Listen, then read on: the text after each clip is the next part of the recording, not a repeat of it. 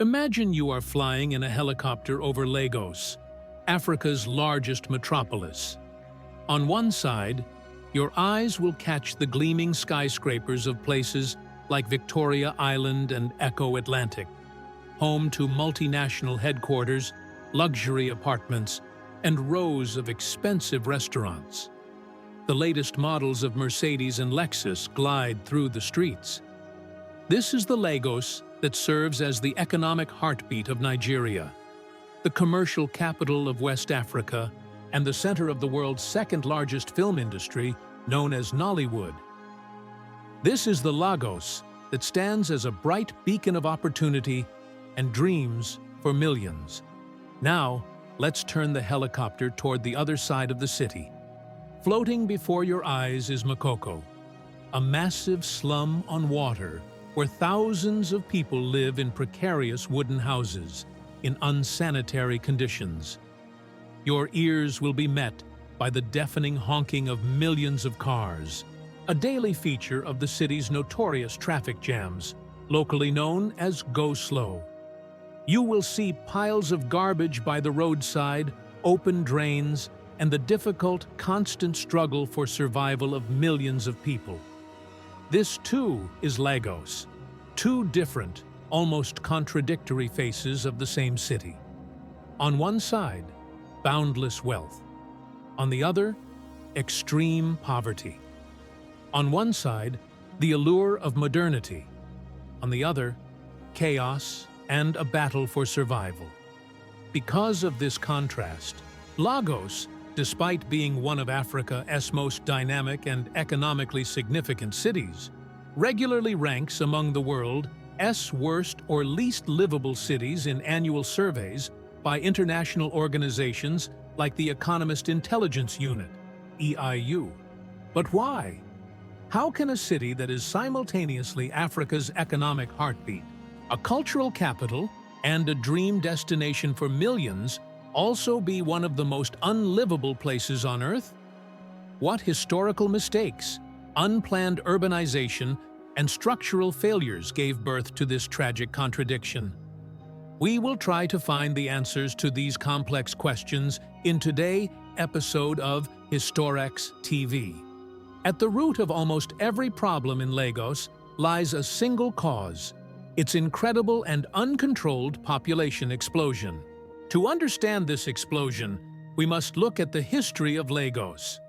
Before colonial rule, Lagos was a small Yoruba fishing village, which later became a notorious center for the slave trade after the arrival of the Portuguese.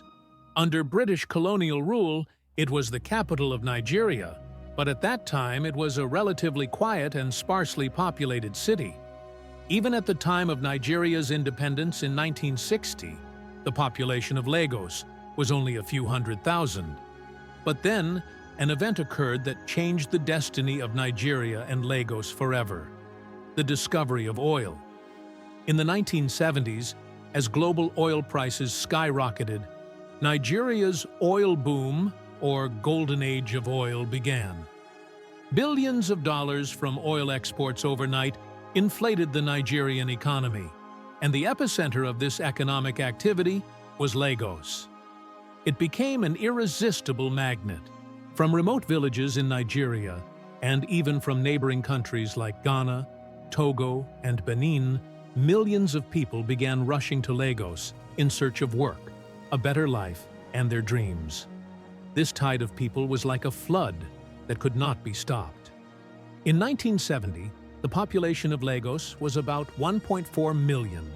Today, in 2025, it is estimated to have surpassed 22 million.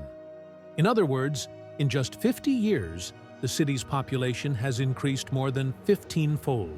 Lagos is one of the fastest-growing megacities in human history.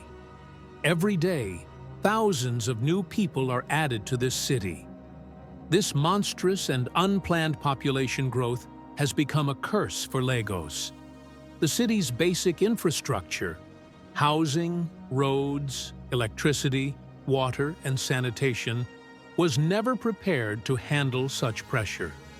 No government or urban planner could keep pace with this influx, to ensure even minimum services. Consequently, Lagos has turned into a chaotic metropolis where every citizen must fight a hard battle just to survive every day. This population pressure has transformed the city's other problems into catastrophic crises. When talking about the quality of life in Lagos, the first word that comes to mind is traffic. But the word traffic is not enough for Lagos. Locals call it go slow. And it is not just a traffic jam, it is an inseparable and agonizing reality of life in Lagos. It is an experience that gnaws at the daily lives, mental health, and economic productivity of millions. Imagine a typical workday in Lagos. An average employee might have to wake up at 4 a.m. just to reach the office by 9 a.m., even if the distance from home to office is only 20 kilometers. They spend hours, sometimes 4 or 5 hours, inside a car or the notorious yellow minibuses called danfo. But during this time, life seems to come to a complete standstill. Rows of cars stand motionless for kilometers. The deafening sound of horns, engine smoke, and the shouting of street hawkers create a hellish environment. Several factors lie behind this horrific traffic. First, geographical limitations. Lagos is primarily composed of several islands, such as Lagos Island, Victoria Island, and Ikoyi, surrounded by a lagoon and the mainland. Since the city's main commercial centers are located on these islands, millions of people must cross a few specific bridges, like the Third Mainland Bridge, Echo Bridge, or Carter Bridge, from the mainland to the islands every morning. These bridges have become terrifying choke points. A single vehicle breakdown can collapse the entire city's traffic system. Then, there is the inadequate and dilapidated road network. Lagos ES road infrastructure was built for a time when its population was a tenth of its current size. The number of roads is very low compared to the population. The roads that do exist are full of potholes due to lack of maintenance. During the rainy season, even a little rain turns the roads into rivers, making the traffic even more horrific. Additionally, there is a lack of public transport. For a city of 20 million people, the kind of integrated public transport system, such as a metro or light rail network, that is needed is largely absent. Most of the city's residents rely on private cars, or thousands of old and unsafe minibuses known as danfo. As these countless vehicles descend upon narrow streets, the situation spirals out of control. Meanwhile, extreme laxity in enforcing or following traffic laws is another major reason for this terrible gridlock. Drivers often drive in the wrong lanes, ignore signals, and stop anywhere to pick up or drop off passengers. Added to this is illegal roadside parking and the dominance of street hawkers. The consequences of this go slow are severe. Economists have calculated that Lagos loses about $1 billion in productivity every month due to traffic jams. For the common person, it is not just a waste of time. It is a cause of intense mental stress, high blood pressure, and health problems like respiratory distress due to air pollution. Alongside traffic, Lagos residents struggle daily with 3 other basic services: housing, electricity, and water. In these 3 areas, the city's infrastructure has completely buckled under the pressure of the population. Finding decent and affordable housing in Lagos is like finding a golden deer, a rarity. The population explosion has created a massive gap between housing demand and supply. Consequently, house rents in good areas are sky-high. A large portion of the city's residents, especially middle-class and lower-income people, are forced to spend a huge chunk of their income just on rent. Those who cannot afford even that find shelter in the numerous slums that have cropped up in every corner of the city. About 2/3 of Lagos residents live in slums or informal housing. The most famous and horrific among these is Makoko. Makoko is often referred to as a floating hell. It is a massive labyrinth of thousands of houses built on wooden stilts over the polluted black water of the Lagos Lagoon. About 200,000 people live in Makoko. Their lives have no connection to the modern city. There are no roads here. The only means of transport is small wooden boats or canoes. There is no sewage system. Human waste and garbage are dumped directly into the lagoon water. There is no government supply of electricity or clean drinking water. People use the polluted lagoon water for daily activities, leading to frequent outbreaks of cholera, typhoid, and other waterborne diseases. Yet, even within this horrific environment, the residents of Makoko have built a self-reliant community. They have their own schools, churches, shops, and markets. Makoko is, on one hand, a symbol of the ultimate failure of urban planning in Lagos, and on the other, a living example of the indomitable human will to survive. Nigeria's power supply system is a national joke. The former state power company was called NEPA, National Electric Power Authority. But Nigerians interpreted the acronym as Never Expect Power Always. Later, when the name was changed to PHCN, Power Holding Company of Nigeria, locals came up with a new meaning. Please hold candle now. Even in a commercial capital like Lagos, the power supply is extremely irregular. Getting electricity for a few hours a day is considered lucky. As a result, the constant hum of private generators is heard in almost every home, shop, and office in the city. These generators not only cause terrible noise pollution, but the diesel fumes have taken air pollution to a dangerous level. Furthermore, running generators and buying fuel for them is a massive economic burden for ordinary people and small business owners. The lack of stable electricity is a major obstacle to the industrial and economic development of Lagos. The supply of clean water through the Lagos Water Corporation (CS) pipelines reaches only a tiny fraction of the city as population. Most people rely on private boreholes, wells, or water purchased from vendors. However, the quality of the water is often questionable and carries the risk of contamination.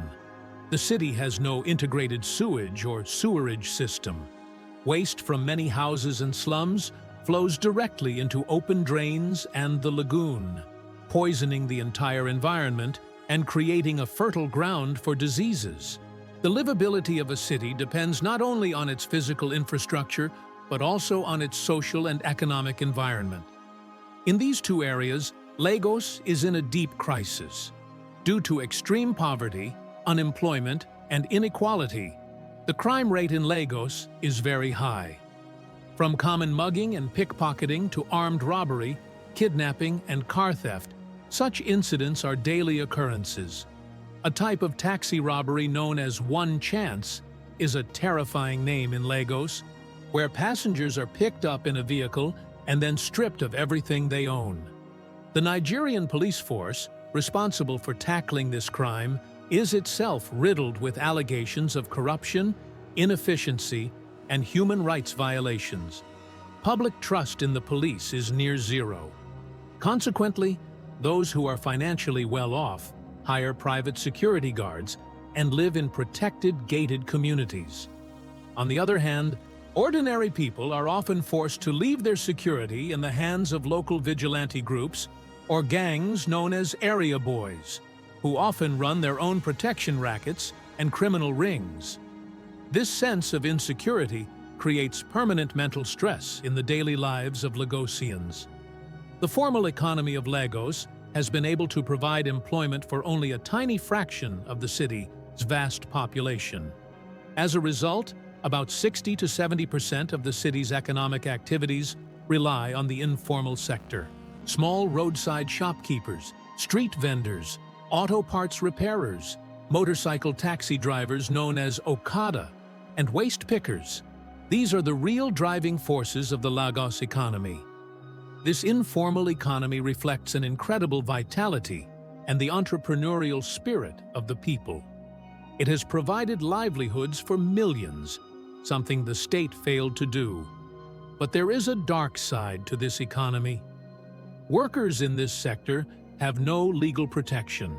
They have no fixed working hours, minimum wage, health insurance, or pensions. Their lives are extremely uncertain and risky. Since this sector operates outside the legal framework, its workers are often victims of harassment by corrupt police and government officials. Bribes or extortion are regularly collected from them. This extreme reliance on the informal sector creates an obstacle to the overall economic development of the country because the government receives very little tax from this sector, making it impossible to ensure better public services. Thus, the informal economy of Lagos is both a means of survival and a major hurdle to its development. A complex paradox. The rulers of Lagos are aware of these dire problems. They have adopted several ambitious plans to transform Lagos into a modern, functional, and livable megacity. However, these plans often seem disconnected from the reality of the city and the needs of ordinary people. For example, the most ambitious and controversial project in Lagos is Eco-Atlantic. By reclaiming land from the sea off the coast of Victoria Island, about 10 square kilometers of new land is being created, where a new financial hub, luxury apartments, and shopping malls will be built in the style of Dubai or Singapore. Its developers claim it is not just a new city, but also a massive seawall to protect Victoria Island from coastal erosion. Critics argue that Eco-Atlantic is an isolated island created only for the wealthy and elite. It will not solve fundamental problems like the housing crisis or traffic congestion. Rather, it will increase the social and economic inequality of Lagos. Many fear that this massive construction will obstruct the natural flow of the sea, increasing the risk of flooding in other poor and low-lying areas of the city. Meanwhile, to alleviate traffic, the Lagos government has started building a bus rapid transit (BRT) system and a light rail network. BRT lanes have helped reduce congestion in some parts of the city. Recently, 2 light rail lines, the Blue Line and the Red Line, have partially begun operations. These are undoubtedly steps in the right direction.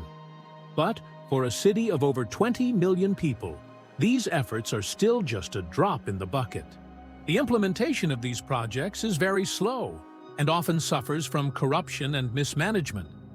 On the other hand, the future of Lagos faces another major threat: climate change.